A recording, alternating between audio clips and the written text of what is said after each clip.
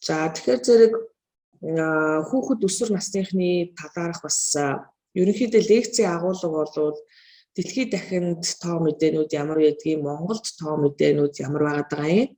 За тэгээ хүүхэд өсвөр насныханд ямар эмгэггүй түгээмэл тохиолддгийг, за тэгээд одоо тэрийг хэрхэн илрүүлэх вэ гэсэн ийм чиглэлээр бас ярина. Агуулгын үед бол алтан цэл доктортой ижилхэн гэж ойлгоорой. За ерөнхийдөө дэлхийд дахинд бол нэг хүүхэд өсвөр насныхны 20 орчим хувь нь бол сэтгэц загвуулын эмгэгтэй байна. За яг энэ хүүхдүүдийн сэтгцийн энэ ер нь энэ сэтгцийн эмгэгүүдийн ихэнх нь хүүхэд өсвөр насндаа эхэлж байна гэсэн ийм тоо мэдээ бол дэлхийд дахина байдаг. За дээрэс нь 5 хүүхэд тутмын нэгт бол ямар нэгэн хэлбэрийн хүнд хөнгөн хэлбэрийн сэтгцийн эмгэгүүд тохиолдож байна. Тэгээ бас их олон эрдэмтэд бол тодорхойлсон байдаг юм аа. За гэтэл манай Монгол улсад яадаг вэ гэхээр манай сэтгцийн эрүүл мэндийн үндэсний төвийн төв дээр байгаа одоо хүүхэд өсвөрийн клиник амбулатор ажиллаж байгаа. За тэгээд эндээс ингээд хамгийн их хувийг эзэлж байгаа нь бол цахим тоглоом, за аутизмын хүрээний эмгэгүүд, хүчирхийллийн асуудлууд, за тэгээд дээрэс нь арх масуурлын асуудлууд бол бид нар дээр нэлээдгүй одоо сүүлийн 5 жилийн одоо мэдээнээс харахад бол одоо тэргүүлэх байр суурийг эзэлж байна. За жишээлх юм бол мансуурал гэдэг ингээд амбулатор стационараар ингээд сүүлийн 3 жилийн 19, 20, 21 оны датануудыг харахад ихсэн үр дүнтэй, ялангуяа эрэгтэй хүүхдүүд дээр эмэгтэйчүүд охтуудыг бодвол илүү их тохиолдож байгаа юм динамик харагдаж байгаа. Боловч стационар дээр бол буурсан юм шиг үзүүлэлт харагдаж байгаа. Гэхдээ энэ бол буураагүй. Сүүлийн ковидын 2021 оны ковидын жилүүдэд манай хүүхэд өсвөрийн клиник ажиллаагүйтэй холбоотойгоор хэвтэлтүүд бол буурсан ийм дүр зураг бол харагдаж байгаа. За тэгэхээр хэрвээ хаагддаг байсан бол хэвтэлт ялгаагүй ихснэ гэсэн юм динамик хэлэх гэж байна. За дараад нь цахим тоглоомын асуудал манай дээр бол нэлээдгүй бас хэвтэлтийн за 80-90 орчим хувийг бол цахим тоглоом. За тэрэн дотроо эрэгтэй хүүхдүүд 96 орчим хувийг эзэлдэг. За энэ дээр нь манай сэтгэл зүйч маань судалгаа хийгээд за тэгээд судалгааныхаа үр дүнгийн хэсэг нь харагдаж байна. За үндсэндээ бол энэ хүүхдийн эмгэгүүдэд бол гэр бүлийн харилцаа, хүмүүжил бол асар чухал үүрэгтэй байдаг. За хүүхдийг одоо эрх дураараа байлгах. За эсвэл бүр огт асрамж, халамж дутааж байгаа. Эсвэл энэ гэр бүлийн эрүүл харилцаа алдагдсан байгаа. Энэ тохиолдлуудад бол хүүхдүүд янз бүрийн сэтгцийн одоо ийм эмгэг асуудлуудад бол өртдөг байна гэдэг судалгаагаарч нотлогдсон, үзэлгээрч харагддаг байна. За дараагийн охтуудад ямар асуудал тохиолдож байна вэ гэхээр хүчирхийллийн асуудал. Охтууд хүчирхийллийн хохирогч болох. За хэвтэж эмчлүүлж байгаа хүүхдүүдийн бас 70-80 орчим хувь нь бол охтын 70-80 орчим хувь бол дандаа бэлгийн хүчирхийлэлд өртсөн хүүхдүүд бол хэвтэж байгаа ийм динамик бол харагдаж байгаа. За яг хүчирхийлэл үеэлдээд байгаа нь бол эрэгтэй хүүхдүүд. За хохирч байгаа нь болохоор зэрэг ялангуяа бэлгийн хүчирхийлэл бол охтууд байтал за бие махбодын бол сэтгэл санааны хүчирхийллийн хохирогч болох нь бас эрэгтэй хүүхдүүдэд нэлээдгүй түгээмэл байгаа ийм зүйл ажиглагдаж байгаа. За дараагийн нэг том анхаарч байгаа асуудал аутизмын хүрээний эмгэгүүд бол ихсээ. За сүүлийн 5 жилийн 2017-оос 21 оны үзүүлэлтүүдийг харж байхад аутизмын эмгээс улмаас хөдөлмөрийн чадвар тогтоолгосон өөрөөсөө группт орсон хүүхдүүдийн тоо бол 2 дахин нэмэгдсэн.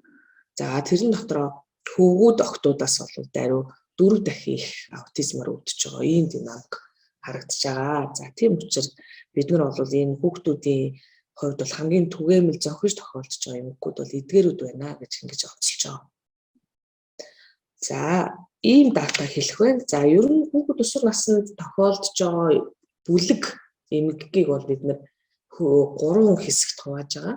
За нэгдүгээрт нь бол хөгжлийн эмгэг, хоёрдугаарт нь сэтгэл хөдлөлийн эмгэг, за гуравдугаарт нь бол загварын эмгэг гэж ингэж 3 хувааж байгаа.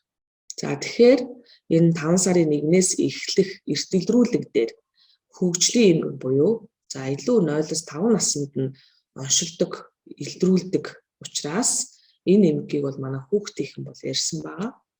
Сэтгэл хөдлөл загварын эмгэг нь болохоор илүү одоо 5 наснаас дээш тохиолдож байгаа учраас за 6, 14 насны дээр нь бол энэ эмггийг одоо тогтоох нь чухал байна гэж үзсэн. За тэгээ эдгээр эмгэгүүдийг талаарх ойлголтыг өгье.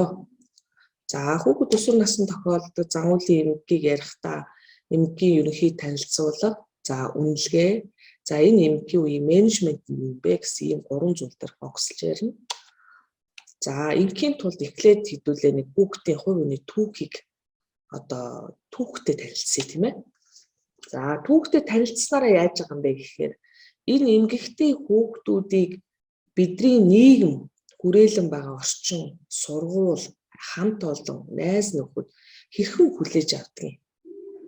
За ийм хүүхдүүдийг эмчилгээнд одоо хамрагдах ёстой юм уу, үгүй юм уу? Эмчилгээнд хамрагдах юм бол ямар одоо үр дүн үзүүлдэг юм бэ? Эмчилгээгүй яваад байвал бас ямар үр нөлөө үзүүлдэг юм бэ?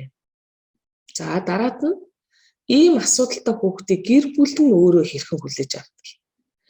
Гэр бүл нь над шоу үзээд байд юм уу, ядгарч авдрахад байд юм уу, хүчрхийлэл үлдээд байд юм уу, үл тоогоод байд юм уу, ад шоу үздэг юм уу, яадаг юм. Тэ нийгэм гэр бүл одоо хэрхэн хүлээж авдаг вэ гэдэг асуудлыг шийдэхэд ийм нөхцөл байдлыг одоо зөв залруулахад хүүхдийн сэтгцийн эмгэгийг эртэлрүүлэн гэдэг бол өөрөө тэр хүүхдийн нийгэмдээ дасан зохицох, гэр бүлдээ хүлээн зөвшөөрөгдөг. Тэгээд өөрөө аз жаргалтай амьдрахад бол асар чухал байдаг учраас энэ бол эртэлрүүлэх нь зүйтэй юм гэдэг ингээ оруулсан байна. За тэгэхээр зэрэг ер нь бол за нэг 10-20% нь бол хүүхэд өсвөр насны үед бол яг асуудал болдог гэдгийг бол түрүүн хэлсэн. За өсвөр насны дээр нэг арай жоохон онцолж ярьдаг юм. 10-19 насны хүүхдүүдийн хувьд болохоор сэтгэл гутрал бол тэргүүлэх барьцалж байгаа. За тэгээ сэтгэл гутрал нь хүндрээд амиа хорлоод нас орж байгаа хүүхдийн нас оролтын шалтгааны 3 дугаарт орж байгаа. За тийм учраас сэтгэл гутрал дээр бол нэлээд анхаарах хэрэгтэй байна. За дээрэс нь яагаад энэ одоо нийгэм дотор нийгмийн эрүүл мэндийн асуудал болоод энэ хүн амын асуудал болоод энэ бүх хүн энэ дээр анхаарал хандуулах хэрэгтэй болчиход байгаа юм бэ гэхээр сэтгцийн эмгэгтэй хүмүүсийн 50% 14 наснда анхны шинж тэмдгүүд нэлэрч эхэлсэн байдаг. Тэгээ тэрийг нэг анзаардаггүй, ач холбогдол өгдөггүй. Тэгээд нөгөөх нь цаашаа дамжирч явсаар байгаад гүнзгийрх юм болдог. За 75% нь 20 орчим наснда анхны шинжүүд нэлэрсэн байдаг. Тийм учраас бид нар нөгөө эртэлрүүлгийнхаа насыг 6, 14 нас. За насан туршидаа 20 нас гэж нас өгөөд байгаа. Цаанаа бол ийм шинжлэх ухааны үндсэлтэй юм байна. За хэрвээ та энэ 14 наснд нь 24 наснд нь шинж тэмдэг нь илрээд байхад эмчилгээгүй, анзаарахгүй, тоохгүй ингээд яваад байхаар нөгөө хүүхдүүдийн хэвийн өсөж хөгжих тийм ээ. За өснө гэхээр зөвхөн бие махбодын хувьд өсөхгүй. За сэтгэл зүйн хувьд өсөж байгаа тэр өсөлт хөгжилтүүд тийм ээ. За дээр нь амжилттай сурч боловсрох. Дээр нь сэтгэл ханамжтай дүүрэн амьдрах зэрэгт нь бол саад болдог. За тийм учраас эмчилгээ эртэлрүүлэг чухал юм гэж хэлэх гэж байна. За эртэлрүүлгийг бол олон улсад ч одоо маш чухалчилж үздэг. За яг өсөлт боожлтын үедээ хүүхэд эрүүл байх нь амьдралынхаа туршид сэтгэл санааны хувьд ханамжтай, хөгжлийн одоо хоцрогдолгүй, сэтгцийн эрүүл мэнд, зүрх судасны эмгэг. За цаашлах юм бол унших, бичих, тоо бодох гэмт хэргийн одоо хохирогч болох. Эсвэл одоо гэмт хэргийн үйлдэгч болох. За цаашлах юм бол эдийн засгийн хувьд ч гэсэн одоо чадвартай байх үгүй юу гэдэгт бол чухал нөлөөтэй байдаг юм аа. За тийм учраас энэ эртэлрүүлэх гэдэг юмыг хийнэ гэж ингэж үздэг. За гэтэл эртэлрүүлэхгүйгээр нөгөө хүүхдийг асуудалтай ингээд өвчин эмгэгтэйгээ яваад ахаар за ямар нэгэн байдлаар гэр бүлийн үе тэнгийнхний нийгмээс атшоо үзэх, ялварлан гадуурхах, ганцаар дуулах гэж одоо хэлье. Ийм асуудал бол нэлээд түгээмэл үүдэг. За энийг бол одоо бид нар олон зүйл дээр харж болно тий. Жишээлх юм бол зан авир ариншингийн хувьд одоо нийтч биш зожиг ганцаараа ийм байгаа хүүхдийн болохоор энэ айгу сонин хүүхэд харилцахад хэцүү хүүхэд ингээд тоохгүй тий нөгөө хүүхдийг ингээд мангарч гэж зарим нь хэлтэн зарим нь тэнэг дүүч гэж нэр хоч өгөн тий. За ийм байдлаар бол гадуурхалт гэдэг юм бол айгу хүчтэй явагддаг. Ялангуяа өсвөр насны дээр нь ороод ирэхээр энэ нь бага наснда гадуурхаж байгаа нь бол тухайн хүүхдэд нэг сэтгэл зүйн хувьд онцгой ач холбогдол өгөхгүй хэрнээсээ яг өсвөр насны дээрээ үеийнхэнтэй гологдохгүй, үеийнхнийгаа мэдэрч ойлгох одоо эмчийн хүсэлтэй байгаа дээр нь ялгуурлан гадуурхалт гэдэг юм явагдаад ирэхээр тэр хүүхэд асар хүчтэй хүлээж авдаг зэрэг.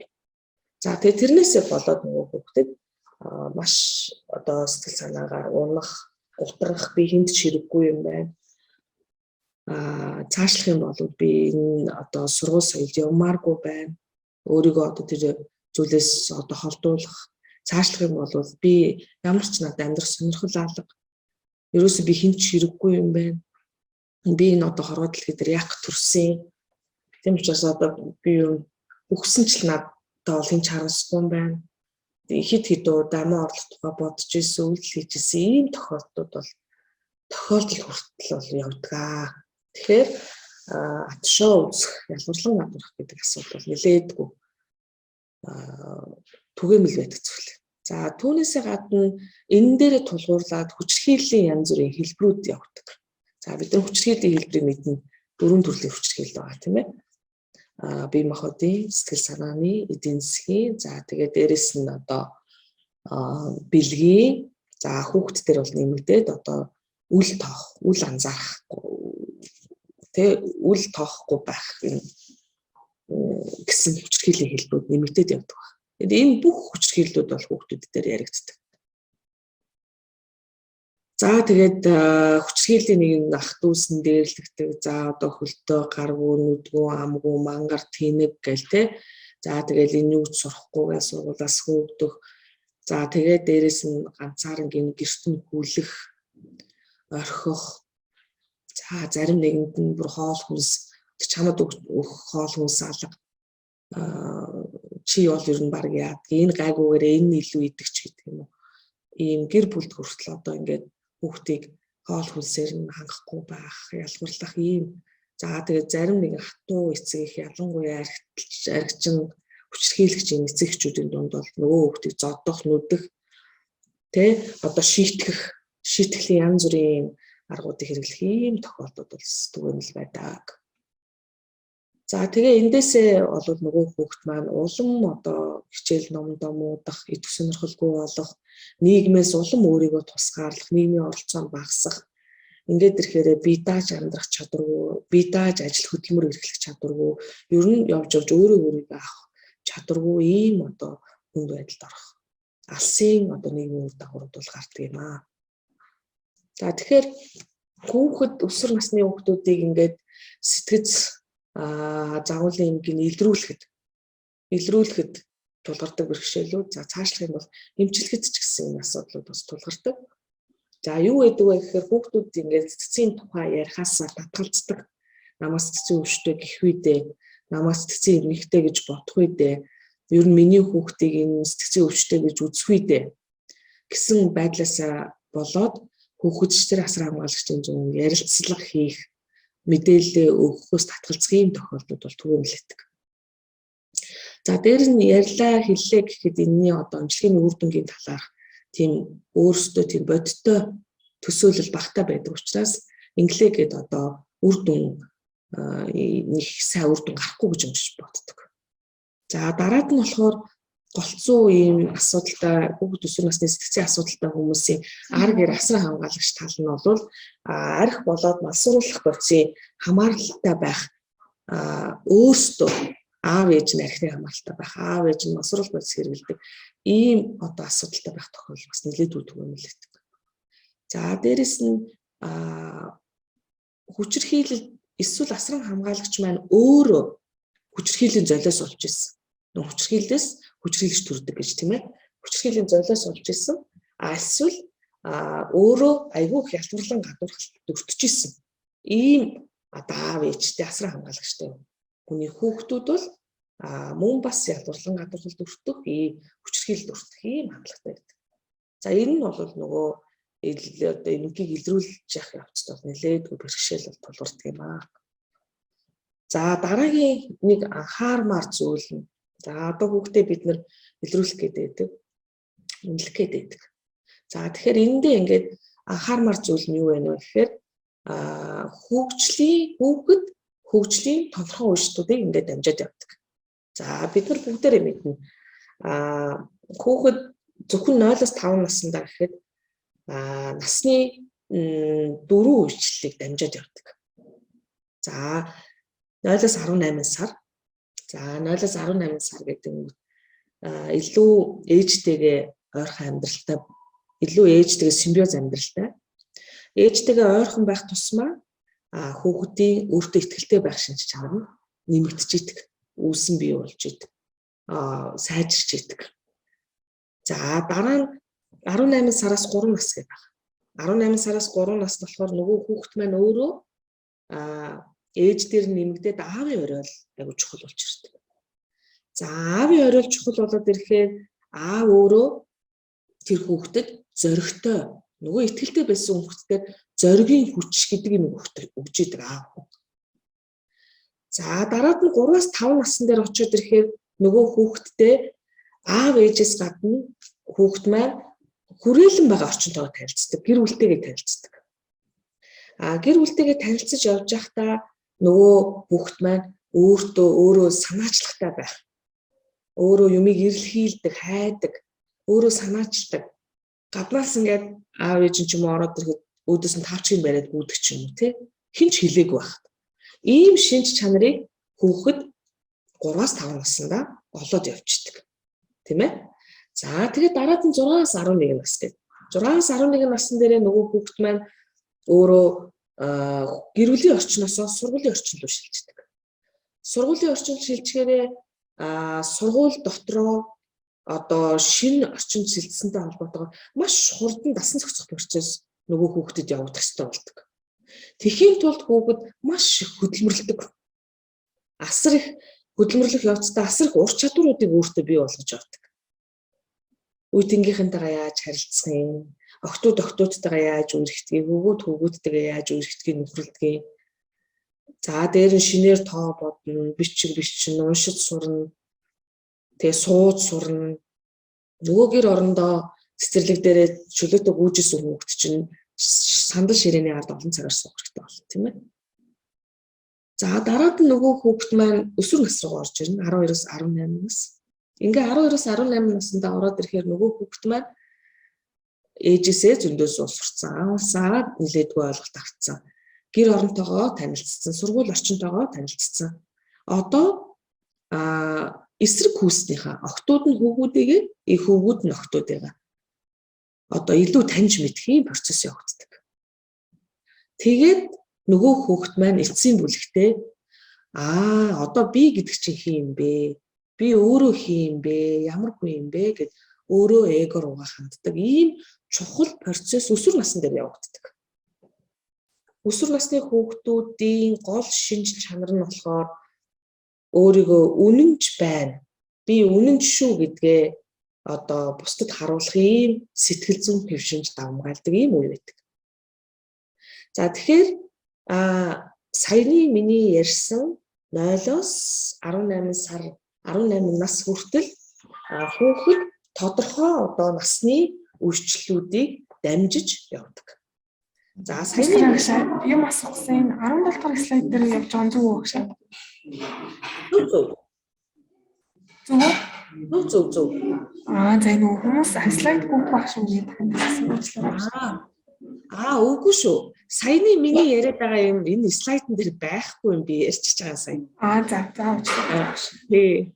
Тэгэхээр би яагаад тэрийг ярьсан бэ гэхээр сая нөгөө 17 дугаар слайдн дээр хөгжлийн үе шатаас хамаарч хэвийн гэсэн тодтолд хамаарагдах зүйлийг ярихын тулд саяны нөгөө хөгжлийн үе шатыг би ярьж байгаа байхгүй юу? Энэ слайданд оруулаагүй байна. оруулдаг байж. Гэхдээ сая миний ярьсан юмнуудаас тэмдэглээд авсан байх. За хэрвээ та хэдийг хармаар байна гэдэг бол би бас харуулж болно тэрийг. За тэгэхээр саяны миний ярьсан 0-5 насны 3 үйлчлэл. За дээр нь сургууль, өсвөр нас гэсэн энэ үйлчлэлдээ саяны миний ярьсан зүйлүүд бол бүгд хэвийн гэсэн. Хүүхэд өөрөө тодорхой насны үйлчлэлийг дамжиж явдаг. Насны үйлчлэлийг дамжиж явахдаа өөрийн гэсэн сэтгэл зүйн онцлогийг бий болгоод явдаг. Яг тэр насандаа. Тэрийг хүүхдийн нас сэтгцийн онцлог гэж хэлдэг. За, саяны яг хэлснээр яваад байх юм бол энэ хэвийн гэсэн тодорхойлт байна. Гэвтэл хүүхэд гаднаас янз бүрийн хүчин зүйл нөлөөсний улмаас саяны хөгжлийн үе шатуудад яг тэр хэвийн процесс явагдахгүй өөрчлөгдөд ингэж явдаг зүйлүүд байна. Гаднаас, нийгмээс, гэр бүлээс хүрээлэн байгаа орчноос янз бүрийн хүчин зүйл нөлөөлөхөөр саяны хэвийн процессыг алдагддаг, өөрчлөгддөг ийм зүйлүүд байдаг. За тийм учраас хөгжлийн үе шатыг бол хэдүүл аюул сайн ойлгох хэрэгтэй, сайн мэдрэх хэрэгтэй. За дээрэс нь энэ хөгжлийн үе шатанд нь тохируулж харилцсан гэдэг бол өөр аюул чухал процесс байдаг юм аа. За дараагийн нэг анхаарах юм нь насанд хүрсэн хүнтэй ярилцж байх үед бол хүүхэд яг хамт байгаа, хажууд байгаа, насанд хүрэгчдийн яриаг сонсож байгаа, ойлгож байгаа гэдгийг бол байнга санаж явах хэрэгтэй. Магадгүй энэ жоохон юм чинь энэ миний ярьсан энэ битэрийн хооронд болж байгаа хэрүүлийг ойлгохгүй байгаа. Битэрийн хооронд болж байгаа энэ таагүй зүйлийг мэдрэхгүй байгаа гэж хүмүүс ойлгодог. Гэтэл бол харин ч эсэргээрээ хүүхд бол тэрийг маш сайн ойлгож идэг, ганцхан илэрхийлдэггүй байна. Ойлгохын үед бол маш сайн ойлгодог. Тийм учраас хүүхэд хажууд байгаа тохиолдолд насанд хүрэгчид хэрхэн яаж ямар хөө харилцаа үүсгэх вэ гэдэг дээр бол аюул сайн анхаарч хэрэгтэй байдаг. За тийм учраас нөгөө аав ээж бол одоо хүүхэд бол аав ээжийн толио гэж ингэж хэлдэг маань ийм учиртай тийм ээ. За дараад нь бол одоо хүүхдэд өөрийгөө илэрхийлэх, ялангуяа өөрийнхөө бодож байгаа бодлоо илэрхийлэх тийм боломжийг олгох гэдэг бол аюул чухал. Би завгүй байна, чи байж хүлээж дараа яриач гэдэг юм уу. Яг ингээл ярих гэдсэн яг тэр гоё сэтгэл хөдлөлийн момент дээр нь бол хүүхдийг ингээ яриулах яг юу болсон юм бэ? Ямар юм болов? Яг тэр зүйлийг яриулах дээр бол илүү их одоо анхааруул тэр хүүхдийн талаарх ойлголтууд бас нэлээд байхгүй боломжтой юм аа. Уучлаарай би хичээлтэй. Тий. За тийм учраас удна би ер нь удаа шүү. За энэ дээр бол анхаарах зүйл байдаг. За дараад нь болохоор ер нь хүүхдийн сэтгцэн эрүүл мэндийн асуудал гэдэг бол тэр чигээрээ асран хамгаалагчаас хамааралтай, тэр чигээрээ гэр бүлээс хамааралтай, тэр чигээрээ эцэг эхээс хамааралтай маш нэгт холбоотой өөрчлөлтүүд бол харагддаг учраас за давхар аавынхын архиуд юм уу гүмүү ч гэдэг юм уу, ээж нь оюуны өмсөлтөй мүү гүмүү ч гэдэг юм уу, эсвэл их агрессивны уртай байдгүй ч гэдэг юм уу. Заавал эцэгхийн тэр сэтгцэн эрүүл мэндийн байдлыг бас давхар одоо үнэлэх хэрэгтэй байдаг. За тийм учраас бид нар хүүхдтэй ярилцсуудаа зөвхөн хүүхдээ асуудгүй аав ээж нь ямар байдгийг ингээд те. За өчтөр манай хүүхдийг ярих ч гэсэн ээжийн анамнез нэлээ ах тухайн юм ярьж ирсэн. Сэтгцээр бол ээжээс гадна аавын анамнез ер нь тэр гэр бүлийн хоорондын харилцаа өргөн утгаар нь бол асуух чухал байдаг шүү. За дараад нь жоохон одоо өсвөр насны жоохон том сургуулийн орчинд ороод эхэлсэн. За 6-аас дээш насны хүүхдүүд дээр бол за сургуулийн орчноос мэдээлэл ялангуяа багш нараас мэдээлэл авах гэдэг бол аюул чухал байдаг. За хүүхэд яадаг вэ гэхээр гэртээ нэг өөр аав ээж нь одоо уртаа уцаартай догшин ширүүн байх юм бол гэртээ дуугайл ингээд байж гиснаа. Анги дээр очингуудаа нөгөө дууга байгаа гэсэн хүүхч аюул яриасан хүмүүлээл нөгөө анги гэртээ ярьж чадахгүй байгаа юм анги дээр илүү ярих гал тэгэл багш хичээл орж явахад зэрэгцэж яриад ингээд өөрийнхөө нөгөө тэр ярих гэсэн хэрэгцээг хангах гад гэрийнхээ орчноос аяг өөр нөхцөлөд очисон байдаг. Тийм учраас одоо сургуулийн орчинд багш нарын зүгээс ирж байгаа одоо үнэлгээ дүгнэлтүүд бол тухайн хүүхдийн сэтгцийг үнэлэхэд бол аюу чухал ач холбогдолтой байдаг. За дараад нь бол түрүүн бас өмнөх үдээс өмнөлээ гэсэн дээр нэлээд гарсан эрүүл амьдралын хэв маягт нөлөөлж байгаа сөрөг хүчин зүйлсүүдийг тодорхойлох руу бас нэлээд анхаарах хэрэгтэй. За явж тэр хүүхдийн эрүүл сайхан байдал бол зөвхөн бие махбодын хөгжил биш. Тэр хүүхдийн сэтгэл санааны байдал ямар байдаг вэ гэдэгт бол бид илүү их анзаарч байгаа учраас тэр гадны нөлөөллийн асуудлыг бол заавал тодорхойлох нь чухал шүү. За дараад нь бол хүүхдийн хувьд одоо хүүхдийг чадваргүй өөрийгөө хамгаалах чадваргүй байдал дээр нь далимдуулж гэх юм уу та. Хүүхдийн эрхийг зөрчих тухайн асуудлууд бол аюулх байдаг. Жишээлх юм бол тэр бэлгийн хүчирхийлэл дээр гарч байгаа асуудлууд өөрийнхөө биеэ хамгаалах чадваргүй байдлыг нь ашиглаж одоо хүчирхийлэл үлдэж байгаа ийм асуудлууд бол яг энэ хүүхд эрхийн одоо хүний эрхийн зөрчлийн тухайн асуудал дээр бол нэлээд их яригддаг. За тийм учраас одоо энэ зүйл дээр нь бас харал хандуулах. За энэ дээр бол одоо манайхаар нэгцгийн үйлчилгээний одоо газруу дээр нь нөгөө янз бүрийн хүүхд хамгааллын багт ажилладаг манай эрүүл мэндийн ажилтнууд бол энэ талаар бас нэлээдгүй сайн мэдээлэлтэй байдаг. За манай өөрх сумынхын ч гэсэндээ энэ одоо хүүхд хамгааллын багт орж ажилладаг учраас энэ хүүхдийн эрхийн тухай асуудал дээр бас нэлээдгүй анхаардаг баха. Энэ бол чухал асуудал шүү гэж хэлэх гэж байна. За өсвөр насны хүүхдүүд дээр болохоор яадаг юм бэ гэхээр нөгөө нэг хэвийн юм шиг саяны насны үржилт болгон дээр хэвийн юм шиг явагдаад байсан зүйл маань нэг насны үечлээс нөгөө насны үечлэл рүү шилжихдээ эмгэгт байдалд орж байгаа юм шиг тийм одоо арийн сэтгэл хөдлөлийн өөрчлөлтүүдийг гаргаж болно. Гол нь тэр бол одоо хэвийн үзэгдэл гэж үздэг. Хэвийн үзэгдлийн туйл төгсгөл гэж үздэг. Бид нар эмгэгт байдал гэж хизээ үзэх вэ гэхээр нөгөө нэг та уур уцаартай байдал нь жишээлх юм бол байнгын шинж чанартай. Эсвэл ингээл нэг сэтгэл санаагаар унсан гутарсан ийм байдал нь байнгын шинж чанартай 6 сар түүнээс дээш хугацаагаар үргэлжлээд тэр нь ингээд сурах боловсрохт нь тийм ээ хичээлээ хийж яхад нь хүүхдүүдтэй харилцахт нь нөлөөлөө тэр хүүхдийг ингээд тавгуутуулаад хэцүү байдалд оруулаад байгаа ийм нөхцөл байдал учрах юм бол үгүй энэ ч одоо эмгэг юм биш үстэй гэдэг анхаарал хандуулна гэсэн үг. Тэрнээс хаяа нэг уурж уцаарлах, хаяа нэг гунж гутрах, хаяа нэг одоо айж түгших ийм зүйлүүд гараад ирэхэд нь тэрийг эмгэгт байдал гэж үзэхгүй. Хамгийн гол нь тэр хүүхдийн хэвийн амьдрахт нь, хэвийн суралцахт нь, боловсрохт нь байнга ингээд нөлөөлөд байгаа юм асуудал байх юм бол түүнийг эмгэгт байдал байна гэж ингэж хардаг байгаа шүү. Тийм учраас нөгөө хэвийн эмгэг гэдэг юм яаж ялах вэ гэдэг юм чинь одоо сэтгэл зүйчнэрийн хувьд, нийгмийн ажилтнуудын хувьд, багш нарын хувьд, гэр бүлийнхний хувьд, эмч нарын хувьд асуудал болоод байгаа тийм ээ. За өсвөр насныхан бол өөрсдийгөө одоо том хүн болж байгаа гэж мэдэрдэг ийм үе тийм ээ. Өсвөр нас гэдэг бол шилжилтийн нас.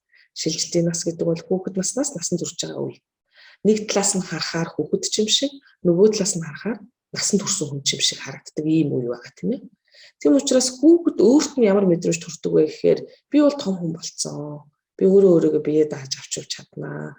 Би одоо ингээ өөрийнхөө асуудлыг өөрөө шийднэ гэсэн ийм үе байгаа учраас нөгөө өсвөр насны хүүхдүүд дээр аав ээж нь байхгүйгээр яг ингээ хувьчлаад өөртөө ингээд ганцаараа уулзаад ярилцсан бол илүү их мэдээлэл, илүү их үнэлгээг өгөх юм боломжтой байдаг. За тийм учраас энэ эрт илрүүлэг дээр хэрэгжилж байгаа нөгөө асуумж маань өөрөө хүүхдээр өөрөөр нь бөглүүлнэ, дээр нь хүүхдийн тухай ойлголтыг аав ээжээр нь бөглүүлнэ гэсэн ийм хувилбараар болж игэл багшаар нь бас бөглүүлээрэ гэсэн ийм хувилбарын асуулт бол эрт илрүүлэг дээр орж ирж байгаа. Тэгэхээр энэ нь яагаад ингэж юм гэхээр нөгөө өсвөр насны хүүхдүүдийнхээ онцлогтой холбоотойгоор ийм асуулт бол орж ирж байгаа гэж ингэж ойлгоно. За дараа нь өсвөр насных дээр нэг анхаарал авах зүйл маань бол нөгөө нууцыг хадгална. За одоо би чиний бэлгийн хүчирхийлэлд өртсөн байгаа энэ асуудлыг чинь би нууцлаа. Хинт ч хэлэхгүй. Одоо би ингээд хаач чаднаач гэх юм уу. Ийм одоо чи битүүрийн ярьсан мэдээл үлднэ. Зөвхөн битүүрийн дунд үлднэ гэх. Тэгээд дээр нь нууцыг нь хадгалсан шиг хадгалах хэрэгтэй. Гэтэл суман дээр ч юм уу одоо жижиг газруудад магадгүй бэлгийн хүчирхийлэлд өртсөн охин байлаа гэж бодоход нөгөө охины асуудлыг сум даяараа л мэдчихдэг. Хаанаас хэн нуцсан, задарсан бүх хүн мэддэг. Тэгээд тэр суманд тэр охин, тэр гэр бүл байхын эцэсгүй юм байдалд ордог. Тэгээд нүүдэг, шилждэг, дахиад шинэ орчинд очдог. Ахаад нөгөөдөлтэйгээ дасах хэрэгтэй болдог. Өөрөө бүх асуудалтай. Тэгээд дээр нь шинэ орчинд очиод нөгөө хүүхдүүд нь ойлгохгүй, ингээд нөгөө сэтгэлийнхэн шарах, улам гүнзгийрээд тэгээд нөгөө хүүхэд сэтгэлээр ундаг, гутардаг, амиа орлдог, үхдэг, эсвэл осол гэмтэлд ордог ийм асуудлууд бол тохиолдод байгаа маа. Тийм учраас өсвөр насны хүүхдүүд дээр нууцыг хадгална, ганцаарчилж уулзна. За онцгой тохиолдолд эцэг эхтэй нууцгаж байгаа бол эцэг эхт нь одоо яг ийм учраас эцэг эхтэй ярилцах хэрэгтэй байна. Болох уу? Чи яг зөвшөөрч гин үү гэдэг ингээд хүүхдтэйгээ бас зөвсөлж ойлголцох. Бараг хүүхдээс зөвшөөрөл авч иж хүүхдийн тэр одоо ноцтой асуудлуудыг эцэг эхтэй бол ярих нь зүйтэй гэдэг юм аа. Тэгэх юм бол хүүхдээс тэр эцэг эхтэн ч тэр аль алинд нь одоо харилцаа ойлголцох аюу амар болж ирж байгаа. За ер нь бол шууд ярилцаад одоо ойлголцох нь бол өсвөр насны хүүхдүүдийн хувьд бол амар байдаг. За ийм зүйлүүдийг бол анхаарах нэ манайхаа. Хүүхдтэйгээ одоо нөгөөхөө үнэлэх, ярилцах, магадгүй нэг асуудалтай хүүхэд эрт илрүүлгээр гараад ирэх юм бол илүү наривчилж уулзах хэрэг гарах юм бол нөгөө өсвөр нас вэ нү? Өсвөр наснаас бага насны хүүхэд вэ нү гэдгээс хамаарат ялгаатай харилцах нэ. За одоо хэдүүлээ нэг тохиолдлыг ингээд уншия тийм ээ. За нэгэнт одоо нөгөө үзлэг хийж байгаа видеонууд байхгүй учраас үзүүлж болно. Гэхдээ энэ удаадаа бол тохиолдол дээр ингээд уншаад ярилцъя гэж би бодлоо. За нэгэнт хүүхдийн эмгэг, хөгжлийн эмгэг, сэтгэл хөдлөлийн эмгэг, загварын эмгэг гэдэг 3 хуваана хэлсэн учраас яг энэ 3 кейс дээрээ нэг тохиолдлыг хэдүүлээ ингээд харцгаая. За тохиолдол нэг нь болохоор манай хүү ингээд 5 настай.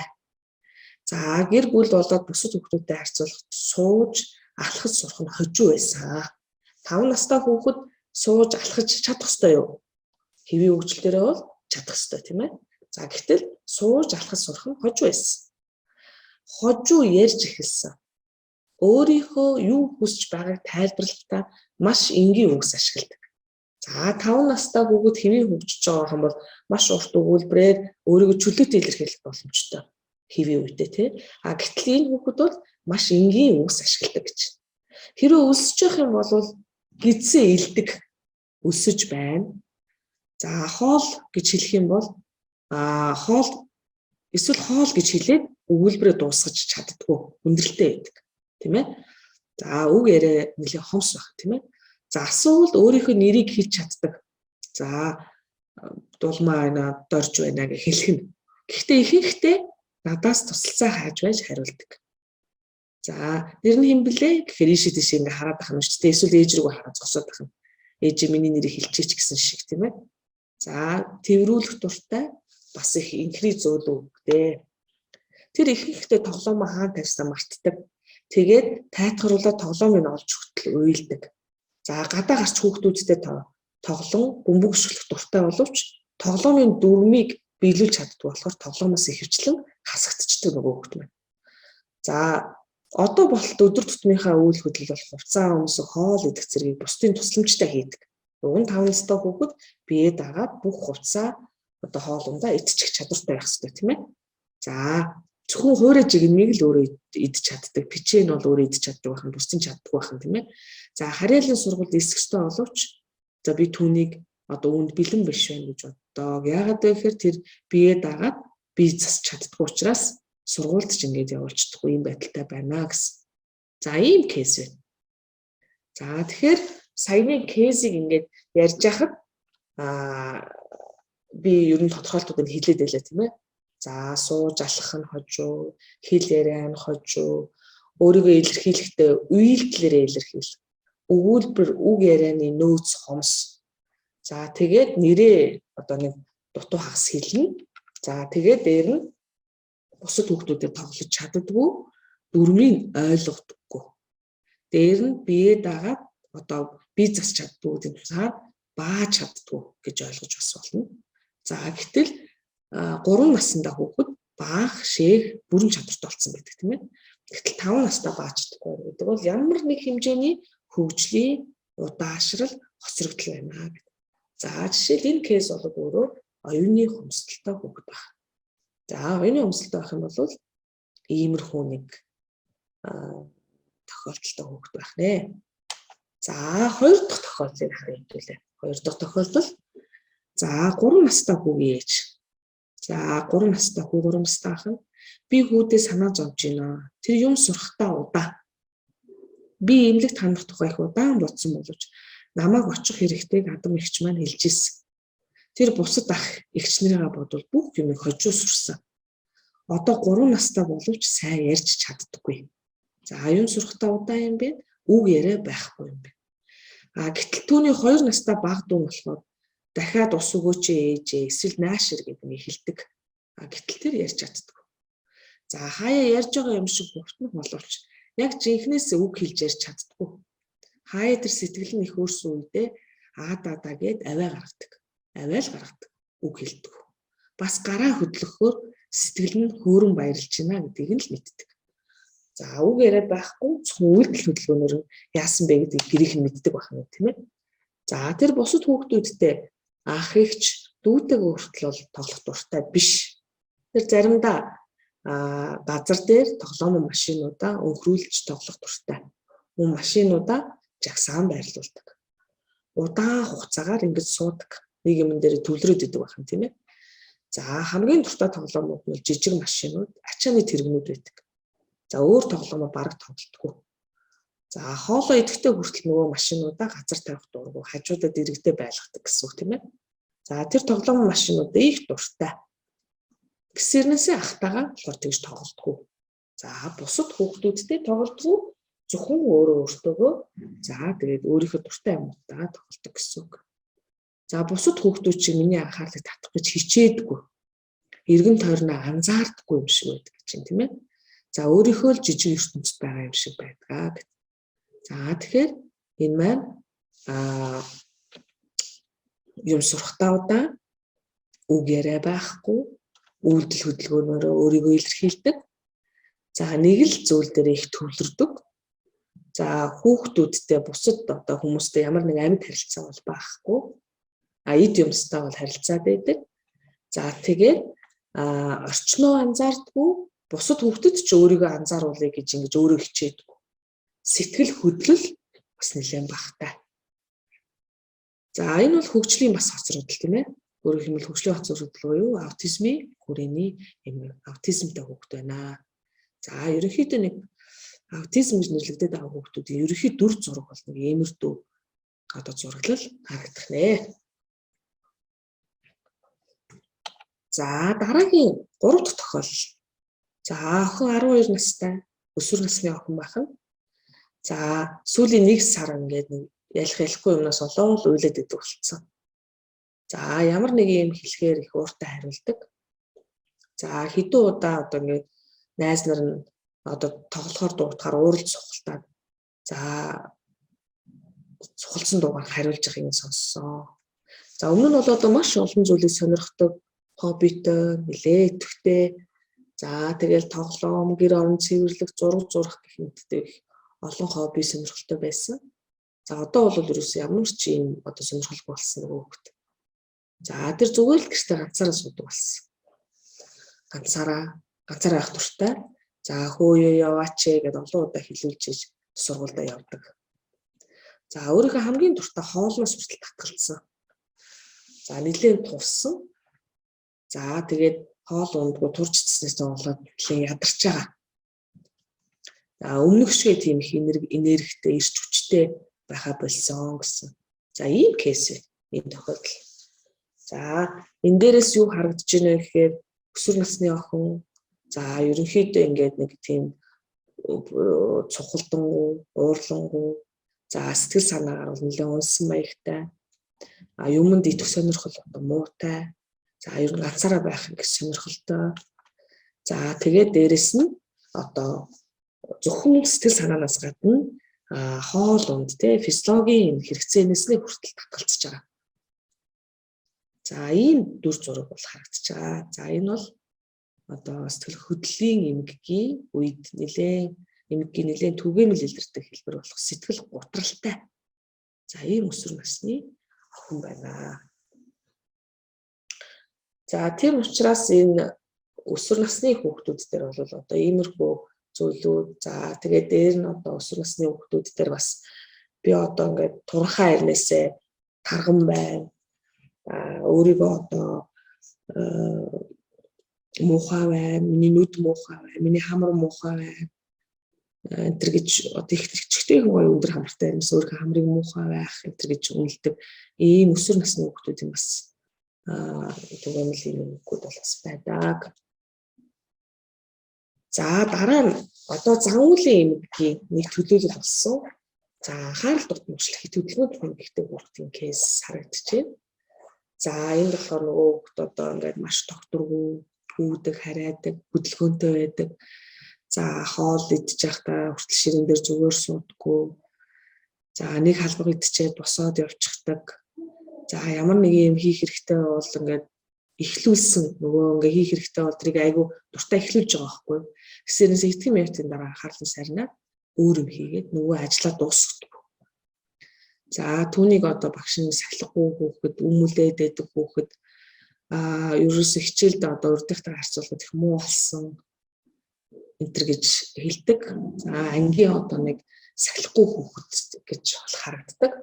Гэтэл үнэн чанартай бол нөгөө энэ хүүхдэд маань анхаарал дутмагших их хөдөлгөөнд хийм эмгэг бол явж идэг. За энэ эмгэгийн тухайд бол одоо бас нилээдгүй өөрөө аяндаа хөнгөн хэлбэрийнх нь бол өөрөө аяндаа ингээ өсөн өсөнд очихоор хэвээ болчдөг. За эмгэг хэлбэр нь бол за өөрөөр хэлбэл хүн дэвтэр хүнд хэлбэрийнх нь болохоор эмгэг хэлбэр нь насан турш хойноо ч гэсэн үргэлжилж болдог. За тэр үедээ бол одоо ийм хөдөлгөөнтэй байдал нь арилсч гисэндээ юмд анхаарал нь амархан сарндаг, анхаарал төвлөрүүлсэн ажлыг хийж чаддаггүй, эсвэл анхаарал төвлөрүүлсэн ажил дээр маш богинохон хугацаанд төвлөрөөд дороо сарндаг энэ хэлбэр нь бол хэвээрээ хадгалагдсан байдаг. За энэ бол насан турш үн дээр хүртэл ажиглагддаг.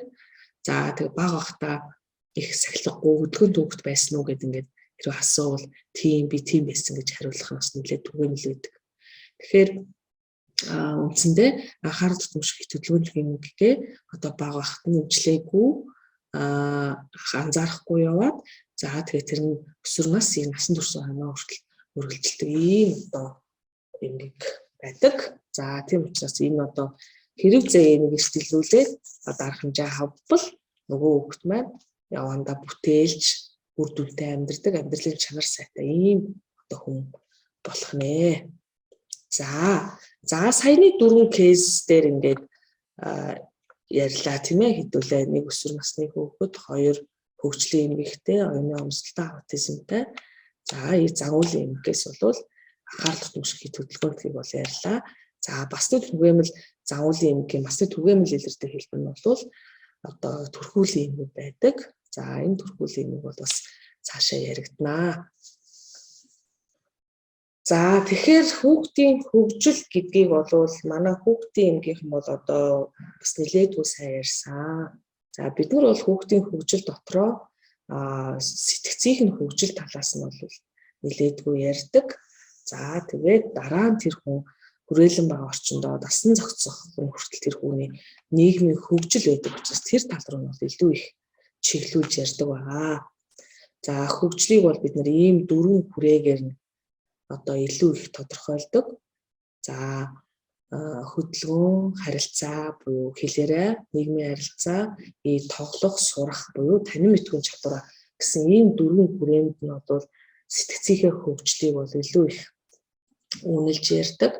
За энэ чадрууд бол бүгдээрээ энэ хүүхдийн маягт номон дээр бол байж байгаа. За таамагт бол яг илүү сэтгц талаас нь ингэж нэмэлт мэдээлэл хүрээнээсээ бол энэ мэдээлэл өгч байгаа. За тэгээд сэтгцийн хөгжил одоо хөгжлийн маань бол өөрийн юм тодорхой үештүүдийг бол дамжаад явж байгаа. За би эхлээд бол нэг хөгжлийн хэвийн үештийг ярьсан. За энэ маань бол бүр 0-5 насны дотроо дахиад одоо 1 сартай, 6 сартай, 12 сартай, 18 тэ за тэгээ 24 36 за 60 сартай гэдэг ингээд нөө хүүхдийнхний ярьдаг яг энэ насны хвшлэл дээр сэтгцийн хөгжил нь хэрхэн одоо өрмөц онцлогтой явагддаг юм бэ гэдэг зүйл дээр бас нэмэлт жоохон мэдээлэл ингээд өгч байгаа. За тэгээ энэ дээр бол жишээлх юм бол 1 сартай хүүхэд гээл тэгэхэд 2 гараа амруугаа явуулдаг, танил дуу хоолойнд эргэж хардаг, хөхөө хөхөж чадчихлах юм бол сэтгцийн хөгжил 1 сартайдаа хэвэн байна гэсэн үг. За 6 сар хүрэхдээ нөгөө хүүхэд маань ингээд хөдөлж байгаа хөдөлгөөнтэй эд зүйлсэд ингээд өөрөө хүрээд барьж авч чаддаг.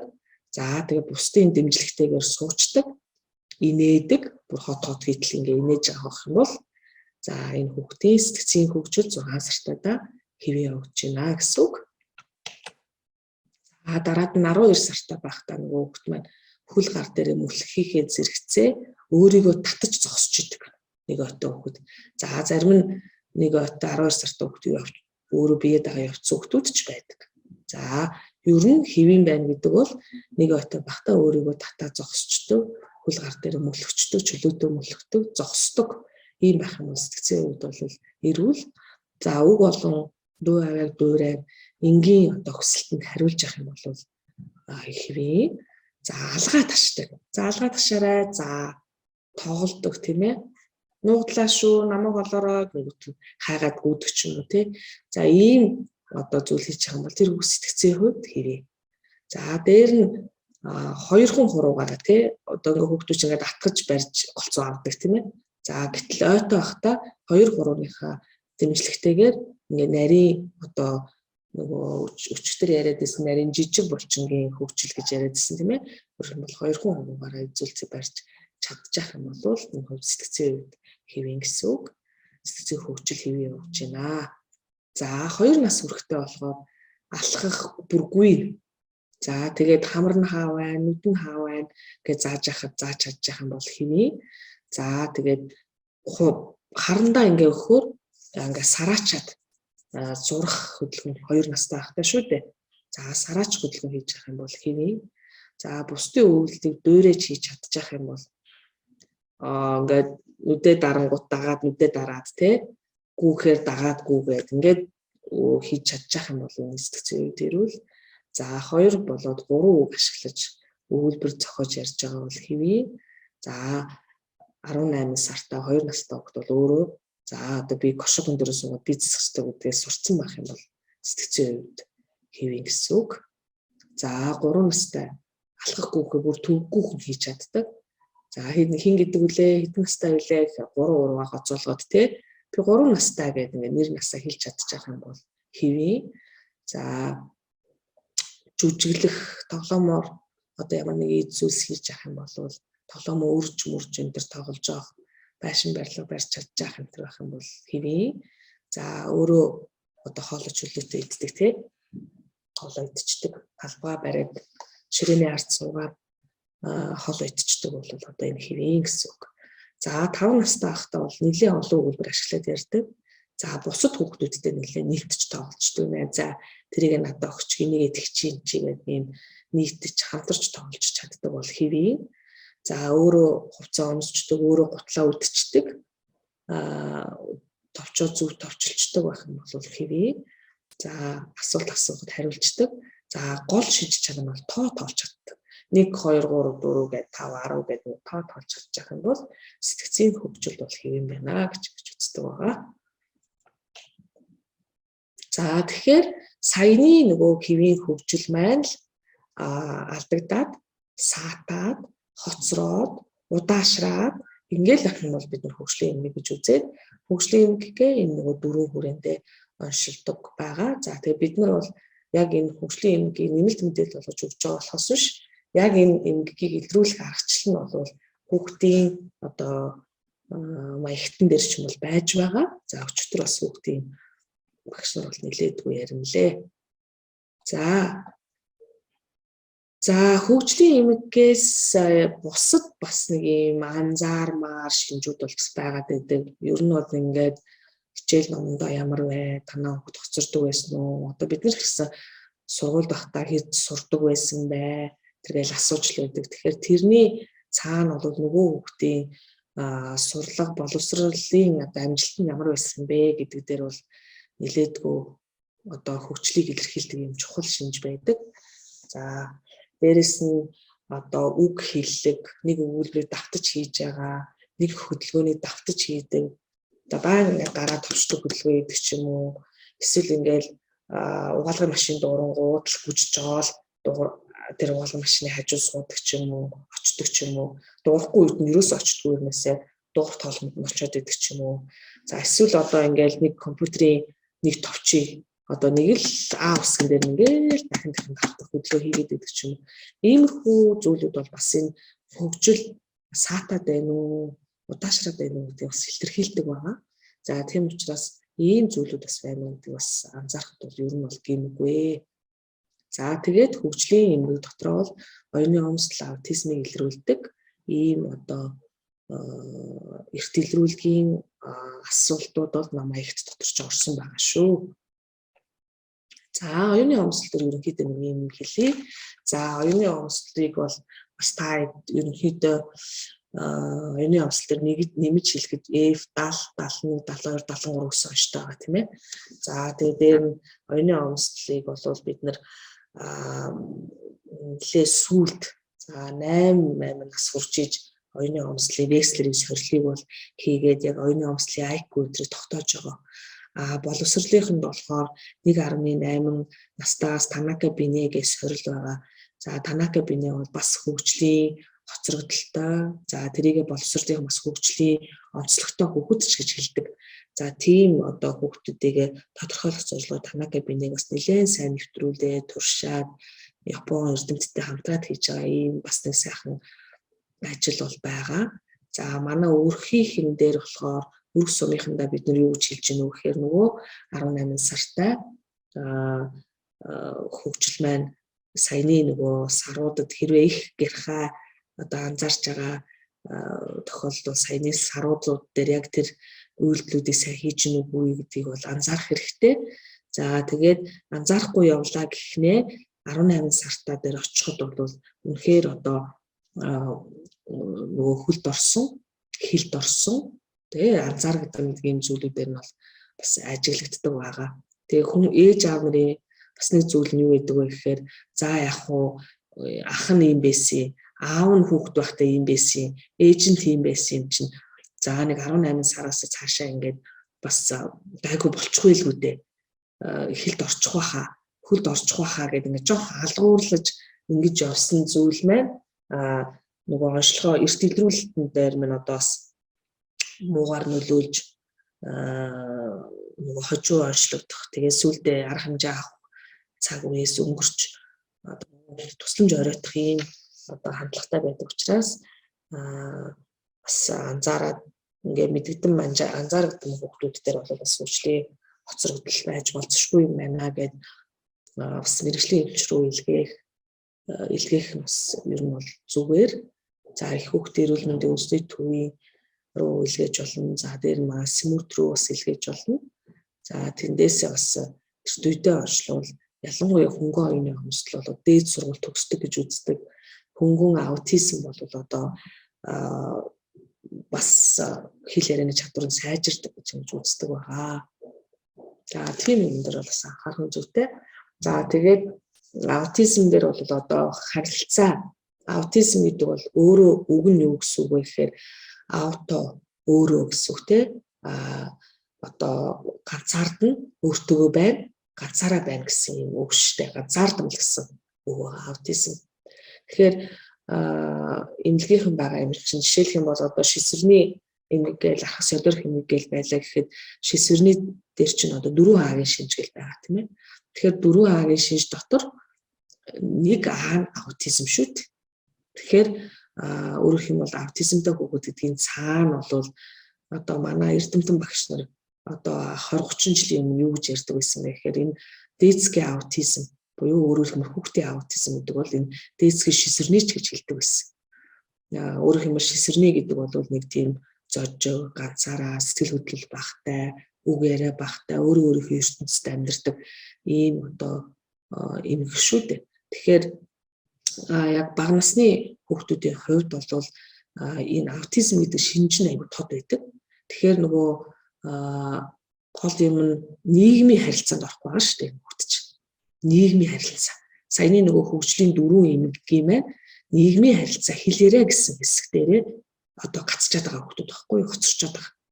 Тэгэхээр зэрэг үг яриагийн сайжруулах, харилцаагаа сайжруулах янз бүрийн аргуудыг хэрэглэсээр байгаад үг яриатай болгочход л өөр асуудал байхгүй байхгүй юу нүгт.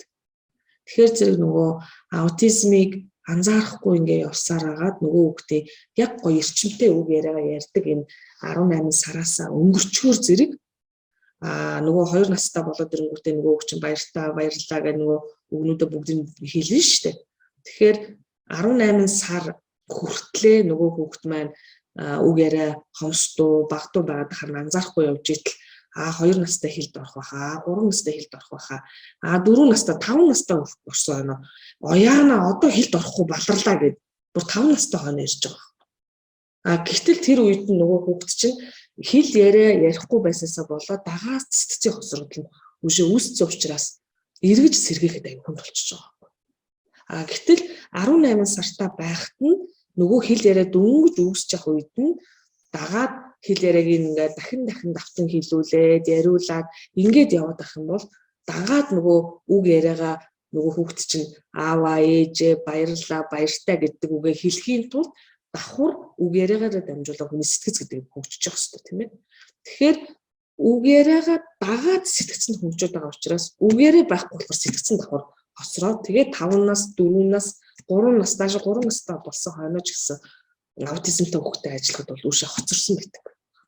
Тийм учраас энэ зөвхөн үг яриа хоцроод байгаа энэ аутизмын хэлбэрүүд дээрээ бол эрт илрүүлнэ гэдэг бол бүр үнэхээр чухал асуудал болоод тэгээд одоо манад гэхэд би сая түрүүнд харгалт дээр унссан аутизмтай хүүхэд хөдөлмөрийн чадвар алдалтанд ордог, группт ордог тохиолдол сүүлийн 5 жилд 2 дахин нэмэгдсэн байна. Хайр юм.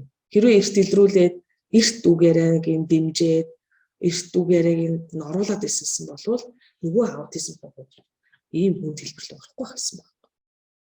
Тэгэхээр аутизмтай хүүхдийн гол юм бол ерөөсөө л үг яриа байхгүй, эргэн тойрны харилцаагүй, үг яриа байхгүй чи яаж харилцах вэ? Яаж амьд харилцаа үүсгэх вэ? Яаж бусдтай ярих вэ, тийм ээ? Тэгэхээр үг яриа гэдэг бол маш чухал зүйл ээ л гэдгийг хэлэх гээд байна.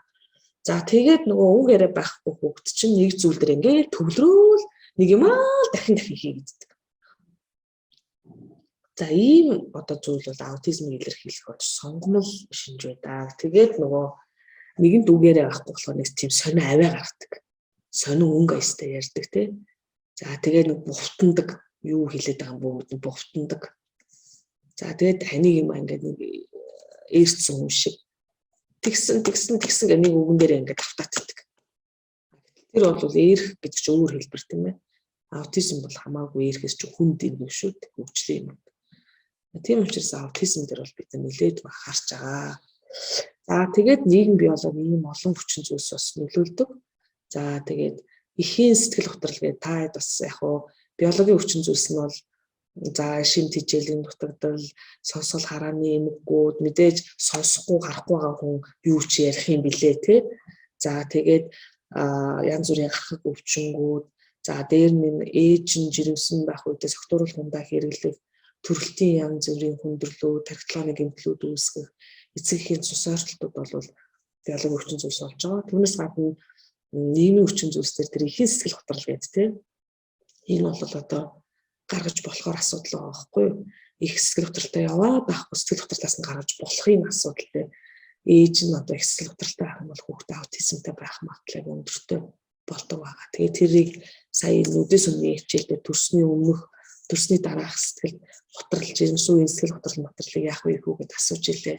Үнэхээр бас анхаарахар зүйл шүү. Ээж нь сэтгэл готролтой яваад байх юм бол хүүхд бол аутизмтай одоо байх магадлал өндөртэй байдаг. За тэгээд бас нөгөө ёс заншил байна. Одоо эрэгтэй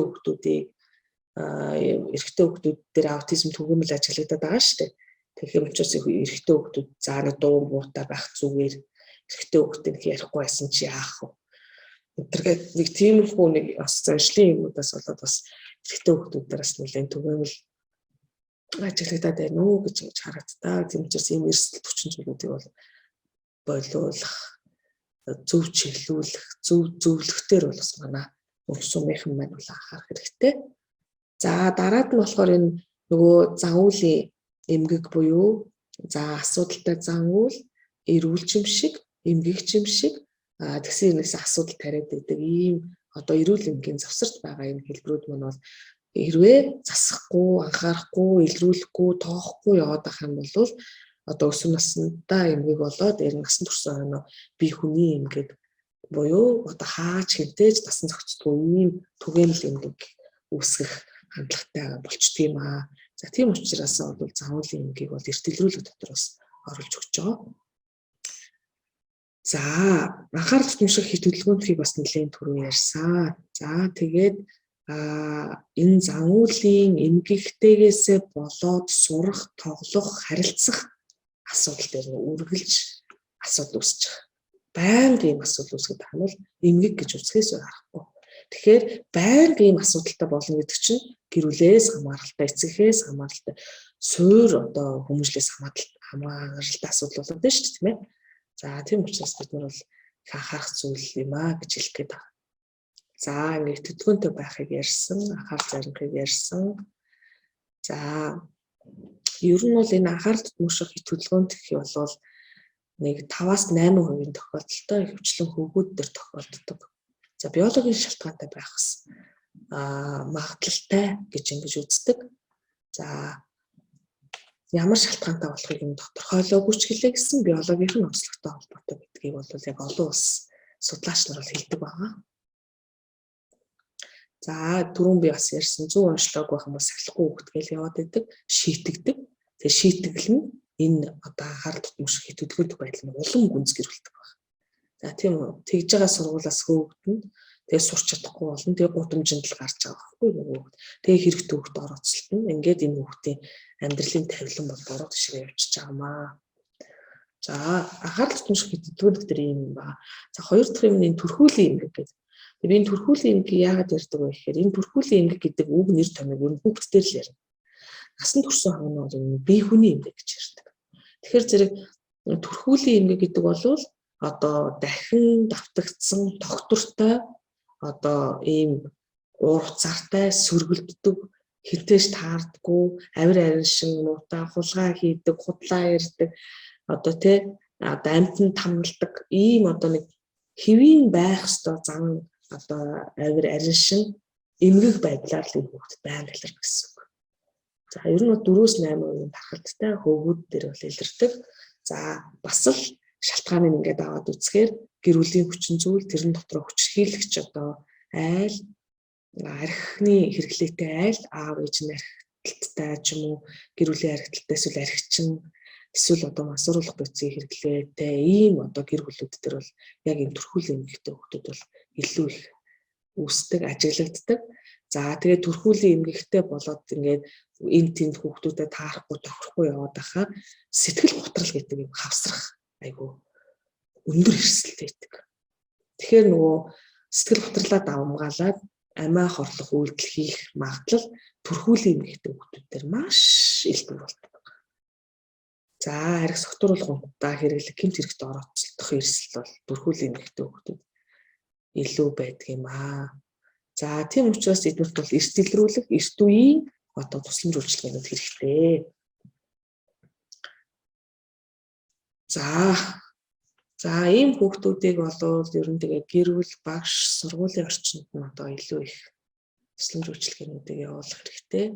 За хувьчилж нөгөө хүүхдүүдтэй ингээ ажиллахаар өөрөө айгүй ингээд дандаа нөгөө үе тэнгийнх нь өргөж байгаа хүүхдүүд, нөхрөлж байгаа хүүхдүүд нь бас бүгд ийм загвуулын эмгэгтэй хүүхдүүд ингээд нэг ингээд дугуйгаа олоод ингээд өргөж төвлөлцдөг. Тэгэнгүүт нэг хүүхдтэй ажиллахаар нөгөө хүүхд айгүй сайн болмоор байдаг. Гэтэл нөгөө бус хүүхдүүд нь бас сөрөг байгаад ахаар бас эмгэгтэй юм хүүхдүүд байгаад ахаар дагаад нөгөөдрийнхээ одоо далбаанд автаад гэх юм уу ингээд тэр загвуулын эмгэгээс салж чаддгүй. Тэгэхээр загвуулын эмгэгтэй хүүхдтэй ганцаарч ажиллахаар жаахан үр дүн муутай. Харин багаар нь, хамтаар нь, сургуулаар нь одоо хамт олонныхын дунд нь засах нь бол үр дүнгүй өгдөг. За тийм учраас энэ загварын одоо эмэгтэй хүүхдүүдийн асуудлыг одоо бид нар сургуулиуд дээр нэлээд их ярьдаг. За хэрвээ бид нар сургуулийн орчинд эерэг уур амьсгал, эерэг хандлага, эерэг янз бүрийн аян энтрийг зохион байгуулад, урамшуулаад, дэмжээд мэдээж загварын эмэгтэй хүүхд төр чигээрээ бараа хүүхд бол биш. Аль нэг одоо өнгөлмөр, сайхан зөв эерэг юм одоо хандлага бол тэр хүүхдэд заавал байдаг. Тэгэхээр тэр гоё зураг зурдаг ч юм уу, эсвэл спортын аягүй мундаг авьяастай байдаг ч юм уу, одоо эсвэл яадгийн гоё баримлал юмар юм хийдэг ч юм уу, заавал тэр хүүхдэд нэг тийм эерэг, тийм сайхан шинж чанар байдаг. Тийм учраас тэр шинж чанарыг өнгөлж, урамшуулж, дэмжиж, олон хүүхдүүдийн өмнө магтаж, сайшааж, ингээр нөгөө хүүхэд би ийм гоё шинж чанартай юм байна шүү дээ гэдэг. Яагаад тэгж байгаа вэ гэхээр гэр бүлд байхад чи бол бүтэхгүй нөхөр, хэрэггүй нөхөр, дандаа ийм одоо сөрөг юм хэлсээр аваад нөгөө хүүхэд би бол болохгүй л хүүхэд юм байна. Би бол үл бүтгэл итгээд юм байна. Би бол хулгайчлал юм байна. Хулгайгаал хийх. Би бол худалч хүүхэд юм байна. Худлаа л ярьж бай гэж ингэж хүүхэд ойлгоод байдаг. Тэгэхээр харин эсрэгээр нь шинж чанартай юм сайн байхаар надад бас ийм гоё шинж чанар байсан юм шүү дээ. Одоо манай аав ээж намайг хэлээг байхад миний ангийн найзууд хэлж чинь, миний багш нар хэлж чинь, миний хамт олон ингэж чинь. Тэгээд дамжуулаад эцэг эхийн засах, зөв чиглүүлэх ийм арга хэмжээнүүдийг авч чинь загварын эмэгтэй хүүхдүүд засагддаг.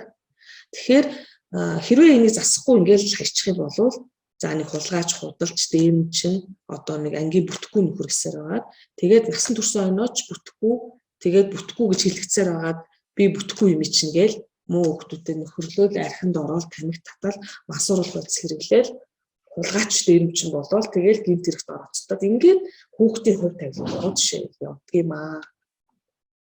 За тийм учраас бол загварын эмэгтэй хүүхдүүдийг бол бас багаас нь хүүхд байхад айгүй амархан засагдана. Насан туршсан бие хүний эмэгтэй болцоо бид нар бол засч чадахгүй шүү дээ. Тэгэл бид нар тэр одоо асуудалтай хүүхдтэй л хамт одоо ажиллаж амьдарч аав ээж нь насан туршсан бүр зовдөг ч юм уу, суусан эхнэр нь зовдөг ч юм уу, ийм л болох гэдэг байгаа байхгүй. За дараад нь бол сэтгэл хөдлөлийн юм буюу энэ нь бол нэлээд бас ялангуяа охтуудад түгээмэл тохиолддог. За түрүүний дээр анхаарал татамшил зам бол дандаа хөвгүүд гэж ярьлаа тий. За гэтэл сэтгэл хөдлөлийн асуудал, сэтгэл хөдлөлийн юмнууд бол илүү охтод хамгаалах байдлаар илэрдэг. За шаналн, уйлн, гутарн, түгшин, айн. За энэ мэдрэмж бол хэвийн хүүхдэд бол байх ёстой мэдрэмжүүд боловч тухайн хүүхдтэй удаан хугацаагаар үргэлжлээд тэгээд бас ялгаа байхгүй загварын эмэгтэй ижил өдөр тутмын хэвийн үйл ажиллагаанд нөлөөлөд авах юм бол загварын сэтгэл хөдлөлийн эмэг гэж үзэхээс өөр арга байхгүй. За гол шинж тэмдгүүд нь бол удаан хугацаанд үе үе сэтгэл хөдлөл хүчтэй илэрнэ. За өдөр тутмын үйл ажиллагаанд гэх юм өндөрлө учрна. Сургуулиасаа ч татгалзах магадгүй, сургуулиас гарч магадгүй тийм ээ. За маш хүчтэй тийм гуниг айдас төгшүүртэй уур уцаар, гол нь уур уцаар их мэдэгддэг. За энэ сэтгэл хөдлөлийг бол бас ийм насны ийм онцлог байдгийг. 9 сараас 2 настай байх юм бол илүү нөгөө 9 сараас 2 нас маань өөрөө гэр бүлийн хүрээний нас байгаа биз? Аав ээжтэйгээ байдаг нас. Тийм учраас аав ээжээсээ айхгүй өөр танихгүй хүмүүсээс айгаад өөр асраа хамгаалагч ойрынхоо аав ээжээсээ салахаараа маш их стресстэй. За ийм одоо сэтгэл төвшөлт айцууд хамгаалж ирдэг. За 2-5 наснд болохоор нөгөө хүүхэд маань илүү гэр бүл рүүгээ байна гэсэн тий орчин тойронтойгоо танилцсан гэсэн. Тийм учраас гэр оронд нь байдаг одоо амьтан, гэр оронд гарсан гал ус одоо тийм зүүд энэ нас илүү хайдаг. Сургуулийн нас үе 6-аас 12 наснд ороод ирэхээр нөгөө маш их зүйлийг сурдаг нас гэж хэлсэн шүү дээ тийм ээ. Тэгээ маш их хөдөлмөрлөдөг нас гэж хэлсэн. Тэгээ тэрийгээ хийсвэр сэтгэлээ аягүй хөгждөг байхгүй юу үед. Төсөөлөх чадвар нь аягүй сайжирдаг. Тийм учраас мангас, сүнс гэл ингээд тийм хийх хоосон зүйлүүдээс айх. За тэгээд цаашлах юм бол нөгөө өсвөр насны хүүхдүүдийн бие махбодын том хамартай байна, бүдүүн тарган байж гэдэг юм уу. Ийм юмтай холбоотой төгсдөг айдаг нэлийн түгээмэл болдог. За яг өсвөр насны дээр ирэхээр бол нөгөө нэг одоо бие махбодын эмгэгтэй холбоотой тий dysmorphobia mania гэж манайхан хэлдэг. Биеийнхээ одоо янз бүрийн эмгэг эрүүл байгаа зүйлээ одоо эмгэгтэй байна, болохгүй байна, муухай байна, нүд онгор байна ч гэдэг юм уу, бүхтэр байна ч гэдэг юм. Иймэрхүү бие махбодтой холбоотой айдас түгшүүрүүд бол түгээмэл болж ирдэг. За эрт илрүүлэг бол одоо тэгээд маш чухал гэдгийг хэллээ. Гутралаас, амаа уралтоос, за сэтгцийн янз бүрийн өвчнөөс сэргийлдэг. Анхны шинж тэмдгүүд дандаа л 13, 14 гэсэн дэлгэрсэн байдаг. Анх удаа арх тамхи хэрэгж үзсэн нас гээл тэгэхээр сургууль суурьсан судалгаагаар бас 13, 14 нас байдаг. Тэгэхээр үнэхээр энэ 6 нас энэ 13, 14 наснд бол яг энэ байдлуудыг илрүүлнэ гэдэг бол та анхдагчаар сэтгцийн шинж тэмдэг байна уу гэдгийг илэрхийлэхэд бол асар чухал ач холбогдолтой. За гутралыг дээр ерөөсөө л триада симптом гэж ярьдаг. Үг ярианд сөөрөөл, үйлдэл хөдөлгөөн нь удаашрал, идэх сонирхол нь буурал, хөөрч баясах нь багасаал. За энэ бол сэтгэл гутралын триада симптом гэж хэлдэг. За түүнээс гадна нойр, хоол, за эрч хүч буур, шийдвэр гаргахдаа удаан болох тэхүү, инхүү, яахуу, эргэлзэж тэнглзэл тэгэл заримдаа өхий барий гэдэг өгүүлбэрүүдийг хэлээд байна гэдэг бол ямар нэгэн шалтгаантай л хэлнэ. Шалтгаангүй ерөөсөө тийм ярихгүй. За тийм учраас энэ дээр бол анхаарал хандуулах нь бол зүйтэй байдаг. За тэгээ багадаа бол 2-7 хоногийн турш бол эдгээр шинж тэмдгүүд илрээд за тэгээд 6 сар түүнээс дээш хугацаар байх юм бол эмгэг 2-7 хоногийн турш байх юм бол анхаарах нь тий чи юу болж ийн вэ яаж ийн вэ гэдэг. За энэ нэг омар гэдэг 14 настай эрэгтэй хүүхдийн жишээ байгаа. Сэтгэл гутралд ороод ээж нь одоо хаалгаанд ороод ээжигээ одоо хараад эгчтэй туслаад тэгээ найз нөхдөсөө хүндэрөөд уур хуцаар нэмэгдээд анхаарлаа төвлөрч. За ийм одоо шинжүүдийг илэрхийлсэн кейс байна. Номын тасалбар цагаалт. За ингээд одоо эцэст нь юу гэж хэлэх вэ гэхээр хүүхэд бол хизээ өсч хөгждөг юм аа. Энэ хулаа мик насалттай байна. За зарим яриа чинь сонсогдоод. За тэгээд эцэстээ бол хүүхдийг юу хэлэх гэж байна гэхээр хүүхд бол хизээж ганцаараа өсдөг юм аа. Хүүхд бол заавал гэр бүлээсээ суралцсан, дараа нь сургуулийнхаа орчноос, дараа нь нийгэм хамт олноо, оролцоотойгоор өсөж хөгжиж, сэтгцэн өсөж хөгжиж явдаг учраас хүүхдийн сэтгэл зүй, хүүхдийн нийгмийн орчин гэдэг бол аюул чухал байдаг. Заавал цогцоор нь хамтаар нь энэ одоо өргөн хүрээнд нь одоо анхаарал хандуулах ёстой. Хүүхэд гээл зөвхөн тэр бодлого дээр, зөвхөн тэр бие хувь хүн дээр анхаарахгүй. Өргөн хүрээнд нь том хүрээнд нь бол харах ёстой гэдгийг бол хэлхийг хүсэж байна. За ингээд эмгээг үнэлэхдээ 4 хүрээнээс гадна бусад өөр бие махбодын эмгэг байна уу? Хараа сонсголын бэрхшээл үнэ гэдгийг бас анзаарчих зүгээр шүү. За энэ 4 одоо хүрээгээ үнэлэх асуултууд байна. За анхаарал татамж хит хөдөлгөөнтгийг илэрхийлдэг асуултууд байна. За төрхүүлийн эмгэгийг илрүүлэх асуултууд байна. За эмгэгтэй юу үгүй юу гэдгийг бид үнэлэх гээд байгаа. За төрхүүлийн эмгэгтэй хүүхдээс нь яаж асуух юм те? Чи эцэг ихтэйгээ маргалдгүй. Эцэг ихт нь ямар нэг зүйл хийхийг хүсвэл ядаргаатай санагддгүй гэх те. Их тайван ус ууртай байна уу? Бус хүмүүстэй харилцах чинь бэрхшээл байна уу? Хүүхдээс асууна. За асран хамгаалагчаас нь асууна. Тэр огцом дүрсгийж уурладаг болсон уу? Зөрүүдэлдэг хэрүүлүүддэг те ийм болсон уу? За асгэл хөдлөлийг гэдэг нь гунигтай, төвшөлттэй, айдастай байна уу? Өдөр тутмынхын үйл ажиллагаанд нөлөөлж гин үү? Эсвэл өөр бие махбодын эмгээсээ болоод сэтгэл хөдлөлийн асуудал нүүсэт байна уу? Тэ? Өөр өндгөвч нүгдөөд байгаа юм уу? Нуруу түрүү нөвчнөөс болоод байгаа юм уу ч гэдэг юм уу те? За тэр асуултыг асуухдаа дандаа асран хамгаалагчаас нь бас асуун. Заавал хүүхдээс өөрөөс нь асуун. Асран хамгаалагчаас нь асууж ингэж тогтоодог байгаа. За тэгээд хүүхд нас нь нэлээд түгээмэл тохиолддог ийм олон эмгэгүүд байдаг юм аа. За тэгээд гэр бүлийн орчныг бол заавал үнэлэх ёстой бол хэлчлээ сая.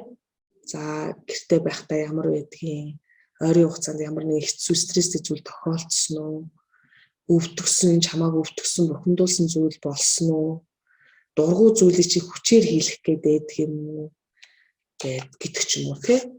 За тэг асраа хамгаалагчаас нь асуух юм шиг асуултууд бас байна.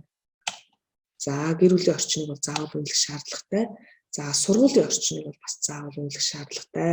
Ер нь болж өгвөл хэрвээ үнэхээр хүүхдийн төслийн зөвшөөрлөг үзүүлэе гэж байгаа бол тийм ээ. За олон улсад үнэлдэг жишг маань бол ийм байдаг. За хүүхдээ маш өргөн хүрээнд үнэлдэг байх. За тэгээд ингээ гарын 5-3 байдаг. За эцэг ихэд болвол ер нь ингээд ийм асуудал байлаа гэхэд буруутгахгүй шүү. Тэ?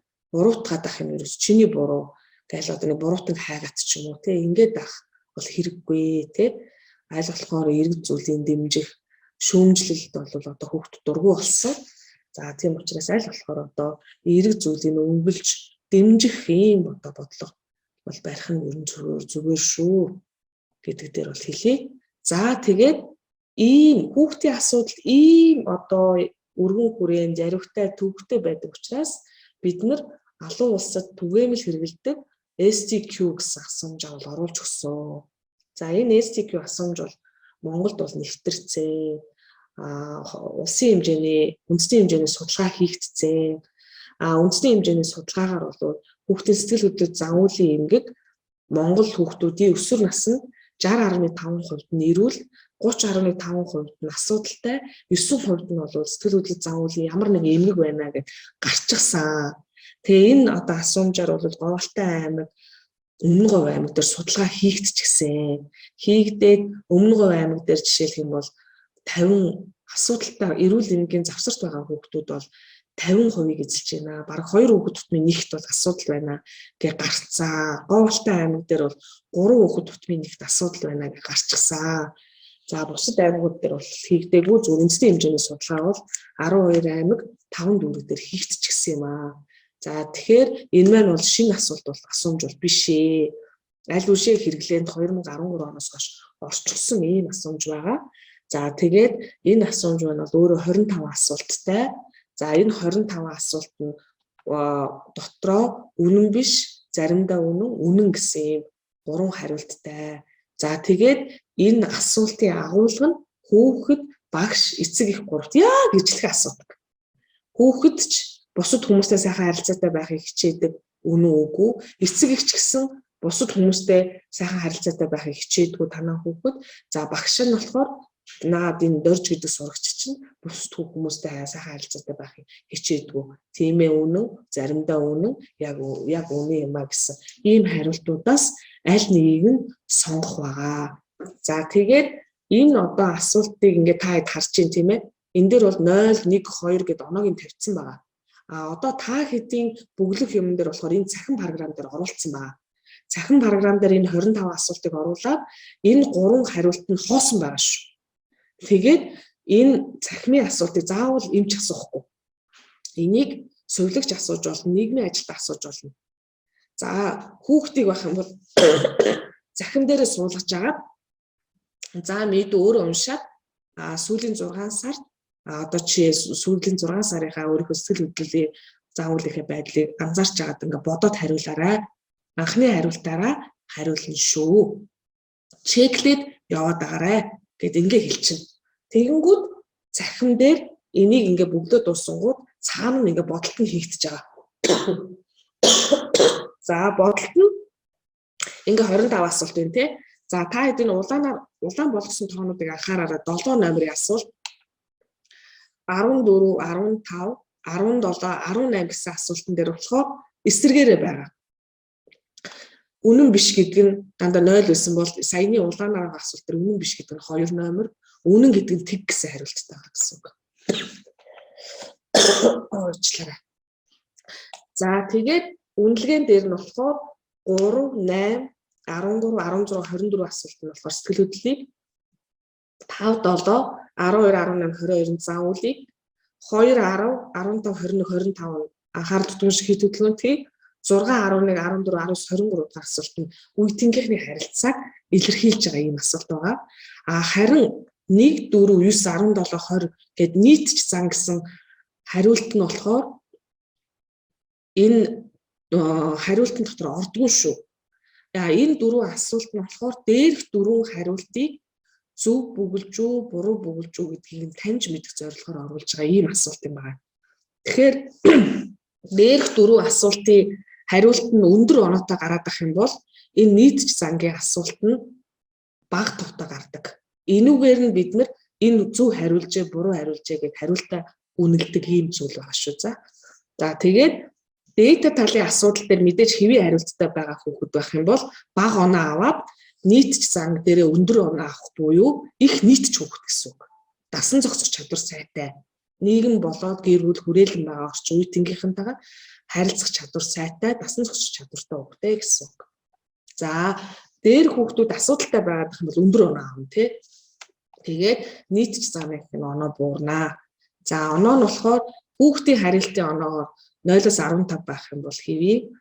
За 16-аас ийм бол завсрын, 20-40 бол хэвийн бус гээд мэргэжлийн эмч рүү явуулна. Эцэгхийн хариултаас нь хэрвээ авсан бол за ийм онооны жоохон ялгаатай, багшийн хариулт байх юм бол ийм онооны одоо хариулт ялгаатай. За тэгээд нэг одоо хариултан дээр 5 асуулт байгаа бөгөөд 10 оноог эзлээд тэгээ эхний 4 буюу 10 10 гээд 40. Хамгийн дээдлийн оноо 40 оноо л байна. 40-оос дээш оноо гарна гэж байхгүй шүү. Тэрийг анхаараарай. 40-оос дээш оноо гараад байвал та нар буруу бүглүүд байна гэсэн үг шүү. За тэгээ эцэст нь хэлэхэд бид нар яг нөгөө насан туршидтэйгээ ижилхэн зөвхөн оноо баалаар эртэлүүлчихэд баяртай гэж явуулахгүй бас тэг зөв чиглүүлэх зөвлөмжийг бол өгөх хэрэгтэй. За хэрвээ завсрын асуудалтай гарах юм бол хүүхдээ одоо стрессээ тайлах, ур чадварч сургах, хүүхдтэйгээ зөв харилцах, таатаа уур амьсгал бүрдүүлэхэд анхаараарай. Хэрвээ хүүхд чи одоо худлаа яриад, тулгаа хийгээд ингээд сэтгцийн асуудлууд их тохиолдод эдгээр бол сэтгцийн асуудлууд юм аа. Тийм учраас анхаарах, хандуулах ёстой, мэргэжлийн эмчт хандуулах ёстой. За тэгээ гэр бүлийн гишүүд бол одоо байнга биенээ дэмжээрэй. Архиталт бас байж болохгүй шүү. Архиталт бол хүүхдэд ийм муугар нөлөөлдөг. За тэгээд бас гадуур зориггүй тийнээд гэр орносоо дайжаад дүн шалтгаангүй буураад авах юм бол энэ бас эрсдэл хүчин зүйлс байдаг юм аа. Тийм учраас сэтгцийн эмчээс зөвлөгөө аваарэ гэж ингэж чиглүүлэх юм зөвлөмжүүдийг бас өгөх зүйтэй гэж хэлмээр байна. За ингээд анхаарал хандуулсанд баярлалаа.